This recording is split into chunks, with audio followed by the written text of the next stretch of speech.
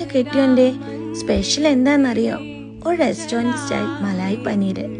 പണ്ട് പൂനെയിലായിരുന്നപ്പോൾ പഞ്ചാബി റെസ്റ്റോറൻറ്റിൽ പോയിട്ട് കഴിച്ചുകൊണ്ടിരുന്ന സ്പെഷ്യലായിരുന്നു കേട്ടോ ഇത്. ഉണ്ടാക്കാനും എളുപ്പമാണോ? കുറച്ച് ഇഞ്ചിയും സ്ക്വയറായിട്ട് കട്ട് ചെയ്ത ക്യാപ്സിക്കം, സവാളയും പനീരും ഉപ്പും കുരുമുളകും ചേർത്ത് ചെറുതായിട്ട് വഴറ്റി മാറ്റി വെക്കണം. ഒരു കടായിൽ എണ്ണ ചൂടായിട്ട് വരുമ്പോൾ നല്ല ജീരകം പൊട്ടിച്ച് ചെറുതായി അരിഞ്ഞ സവാള ഇഞ്ചിയിട്ട് വഴറ്റി മഞ്ഞൾപ്പൊടിയും കാശ്മീരി മുളക് പൊടിയും മല്ലിപ്പൊടിയും ജീരപ്പൊടിയും ചേർത്ത് മൂത്ത് വരുമ്പോൾ തക്കാളി പേസ്റ്റ് ചേർത്ത് എണ്ണ തെളിയണം. അതിലേക്ക് ഉപ്പും ഫ്രഷ് ക്രീമും കുറച്ച് ചൂടുവെള്ളം ഒഴിച്ച് തിളപ്പിക്കുക. എന്നിട്ടോ പനീർ ചേർത്തൊന്ന് വറ്റിക്കണം.